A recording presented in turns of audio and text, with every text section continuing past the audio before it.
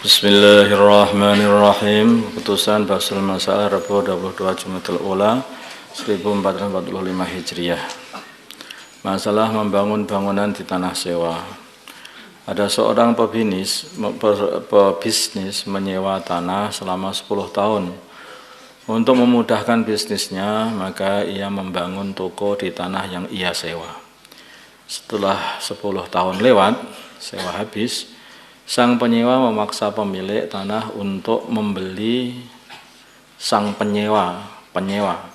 memaksa pemilik tanah untuk membeli bangunan tokonya tersebut. Pertanyaan, bagaimanakah hukum tindakan penyewa, orang yang menyewa, yaitu membangun bangunan di tanah sewaannya dan memaksa pemilik tanah? Sebagaimana deskripsi di atas, memaksa pemilik tanah untuk membelinya. Jawabannya, hukum membangunnya boleh apabila, hukum membangun di tanah sewa tadi boleh apabila ada kesepakatan antara pemilik tanah dan penyewa ketika akad, atau akad sewanya adalah menyewa seluruh manfaat tanah, dikarenakan pemilik tanah mengatakan kamu berhak memanfaatkan tanah ini sesuai kehendakmu, seperti itu, atau sesekar hatimu. Manfaatkan, bukan menjual tanahnya. Maka ia boleh memanfaatkan tanah dengan membangun dan lain-lain, dengan syarat tidak menyebabkan kerusakan kepada tanah. Jelas ya? Hukum memaksanya, sekarang masalah memaksa, tadi hukum membangun, kan memaksa. Hukum memaksanya ada memaksa pemilik tanah untuk membeli bangunan, membeli bangunan yang dia bangun adalah tidak boleh. Adapun ini solusinya, pihak penyewa disuruh saja untuk memperpanjang masa sewanya, jadi dibayar dengan masa sewa itu. Jika tidak siap memperpanjang masa sewa, maka hakim memerintahkannya untuk memindah bangunannya, ambil sendiri dengan menanggung segala resikonya. Paham ya?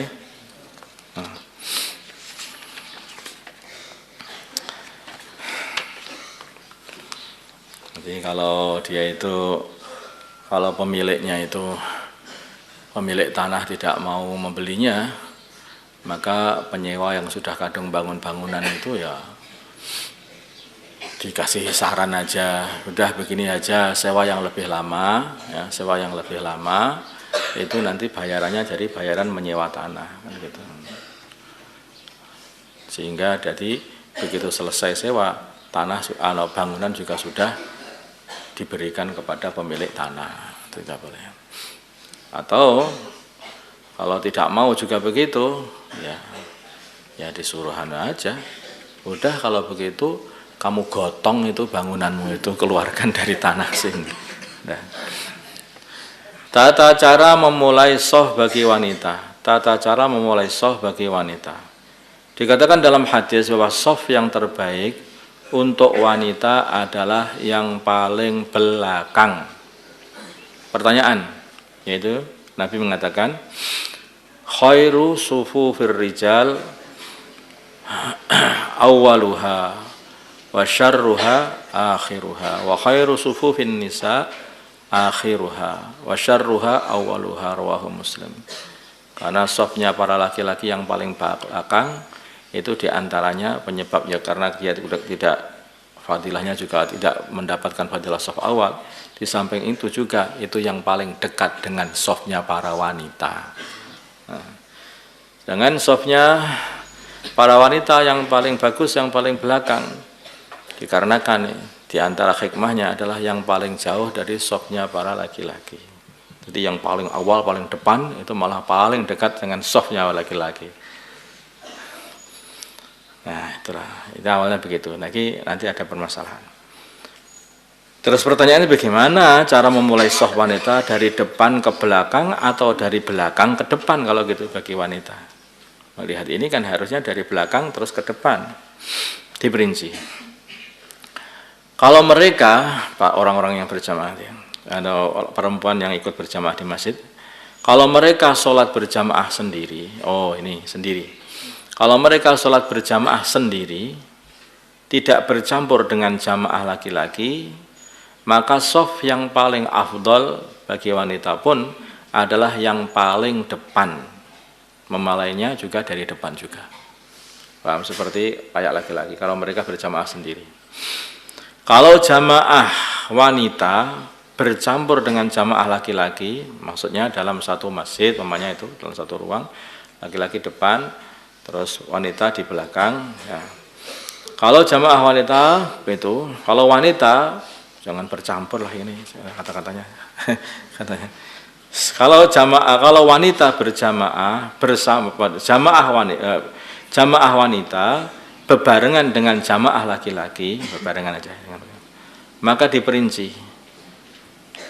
Kalau dipisah dengan satir, ada pemisah, biasanya ada juga di masjid yang ada satir-satirnya, maka yang paling afdol adalah soft yang paling depan juga. Kalau dipisah dengan satir, maka yang paling afdol adalah yang paling depan. Cara memulainya adalah memulainya juga dari depan.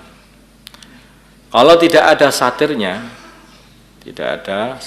penghalangnya, maka yang paling afdol adalah soft yang paling belakang. Cara memulainya buat soft adalah memulai juga dari belakang, baru depannya lagi. Itu kalau tanpa satir. Masalah akad parkir. Ketika kita hendak belanja di toko atau hanya sekedar memarkir kendaraan di pinggir jalan raya, kita akan dikenakan biaya parkir yang tertentu. Biasanya 2.000 atau sampai 5.000 oleh seorang juru parkir. Pertanyaan, termasuk jenis akad apakah praktek parkir yang berlaku pada deskripsi di atas? Jawab, ditafsil. Jika dengan akad menyewa lahan jalan umum maka tidak boleh. Jika akadnya adalah akad menyewa lahan jalan umum maka tidak boleh. Jika dengan akad ji'alah, yaitu ji'alah itu ya sayembara. Jika kamu mampu menjaga kendaraan saya ini, maka bagimu 2.000 rupiah. Nah, itu ji'alahnya begitu. Maka ini boleh begitu. Tetapi jika dalam praktek kok dia tidak ada kerja, maka ia tidak berhak mendapat upah. Disuruh jaga, ngelewes saja kemana-mana. Malah hilang. Tahu-tahu kalau ada orang yang mau pergi dicegat, parkirnya mana? Wong dia nggak ada loh. Ini malah nanti jadi upahnya jadi dia tidak berhak sebetulnya untuk mendapatkannya.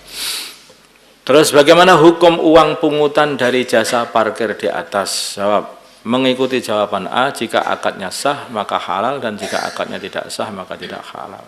Dilihat dari itu. Ya, seperti kalau di pasar Temboro ini bagus itu tukang-tukang parkirnya. Jadi menata, menjaga sampai itu ditata rapi, itu sepeda motor itu. Nah itu kan kayak ya di pasar itu kan bagus itu cara parkirnya itu betul-betul mereka kerja gitu. Itu akadnya yang paling mudah itu ya pakai ji'alah aja lah. Wallahu a'lam. Allahumma shalli ala sayyidina Muhammad wa ala sayyidina Muhammad wa salli ala sayyidina Ibrahim wa ala ali sayyidina Ibrahim. Barik ala sayyidina Muhammad wa salli ala sayyidina Ibrahim wa ala ali sayyidina Ibrahim fil alamin innaka Hamid.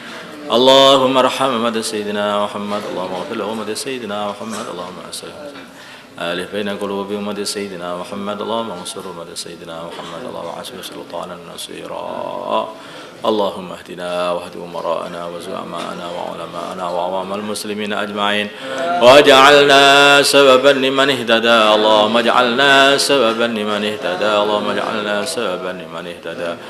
اللهم ردنا ورد المسلمين جميعا إلى دينهم ردا جميلا.